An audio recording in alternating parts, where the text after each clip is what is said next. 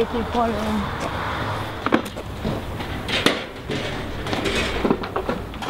Moi je travaille dans le paysagisme. Alors je tonds, je taille et je fais aussi de nettoyage industriel.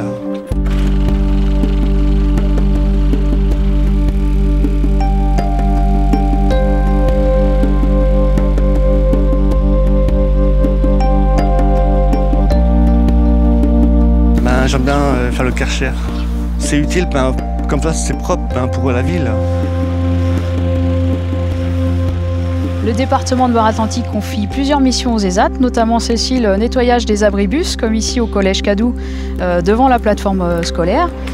Le département a confié à l'ESAT d'Ancenis le nettoyage d'une centaine d'abribus sur des plateformes de lycées, de collèges ou sur des gares routières.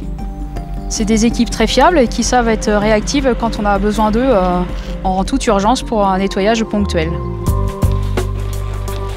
Globalement, il y a une politique volontariste depuis plusieurs années d'intégrer les personnes handicapées au sein du Conseil général. Anthony est arrivé le 1er octobre et en fait sa mission première c'est de répondre à un besoin au service du courrier.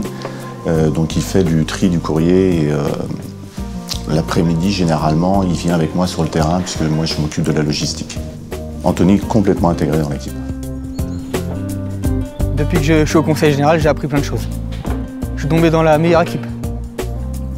En fait, tous les matins, dès que j'arrive, je vais mettre le papier en haut. En fait, c'est des cartons. Et je les mets à chaque étage. Autrement, je vais au courrier. Les véhicules ont fait le bilan. Ça me permet d'avoir de l'avance et d'apprendre des choses.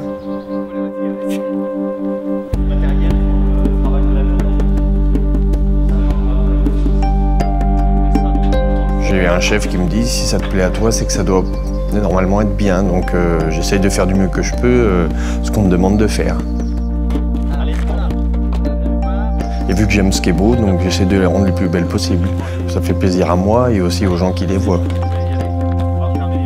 Le sens que nous donnons à cette collaboration avec le service public a à voir avec l'intégration et l'inclusion des personnes handicapées dans un espace de droit public et donc de droit commun.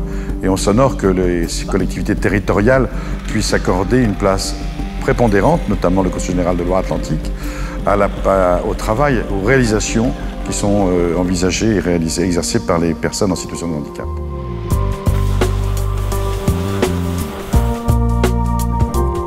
Depuis 2009, nous avons mis l'accent dans deux axes principaux. Le premier sur donc la commande publique responsable, en travaillant avec les ESAT, en dialoguant avec eux aussi, pour permettre d'avoir des marchés qui correspondent bien sûr au service du CAT.